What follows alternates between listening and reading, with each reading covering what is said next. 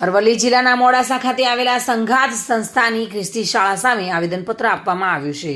હિન્દુ વિસ્તારમાં હિન્દુ બાળકો શાળામાં અભ્યાસ માટે આવતા હોય છે તેઓનું ધર્મ પરિવર્તન કરતી પ્રવૃત્તિ કરતા વાલીઓએ આક્ષેપ કર્યો હતો. મોડાસા બાયપાસ રોડ પર આવેલા કેથોલિક ચર્ચની સંઘાત સંસ્થાની ચાલતી સ્કૂલ સામે આવેદનપત્ર આપવામાં આવ્યું છે. હિન્દુ ધર્મના બાળકો પ્રત્યક્ષ કે પરોક્ષ રીતે આકર્ષી ધર્મ સ્વતંત્રતાના અધિનિયમનો ભંગ કરતી શાળા સામે આકરા પગલાં ભરવા માટે ઉગ્ર માંગ ઉઠી છે.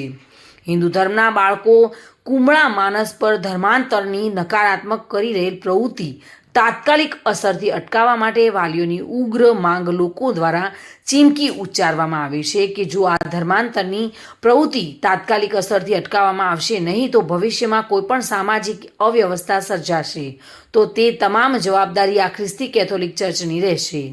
વાલીઓ દ્વારા આ ધર્માંતરણ પ્રવૃત્તિ અટકાવવા જિલ્લા મેજિસ્ટ્રેટની તથા અરવલ્લી જિલ્લા કલેક્ટરને આવેદનપત્ર આપવામાં આવ્યું હતું.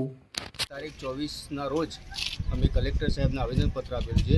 ગામ મોડાસા સરોજનગર વિસ્તારમાં ડુંગરી ત્યાં ચાલતી સંઘાત સંસ્થા જે હિન્દુ બાળકોને ભણાવવાના બહાને ત્યાં બોલાવે છે અને પોતાના ધર્મ વિશેના અમે પ્રચાર પ્રસાર કરતા હોય છે, જેવું અમારા ધ્યાને આવ્યું છે. તો આજે અમે કલેક્ટરશ્રીને આવેદનપત્ર આપી અને રજૂઆત કરેલી છે અને આવનારા દિવસોની અંદર પણ કોઈ ઝુંબેશ કરવાનો થાય તો અમે કરવા તૈયાર છીએ. સ્થાનિકના ઘણા બધા મારા જોડે મિત્રો આવેલા છે, અમે બધા જોડે રહીને આવેદનપત્ર આપેલું છે.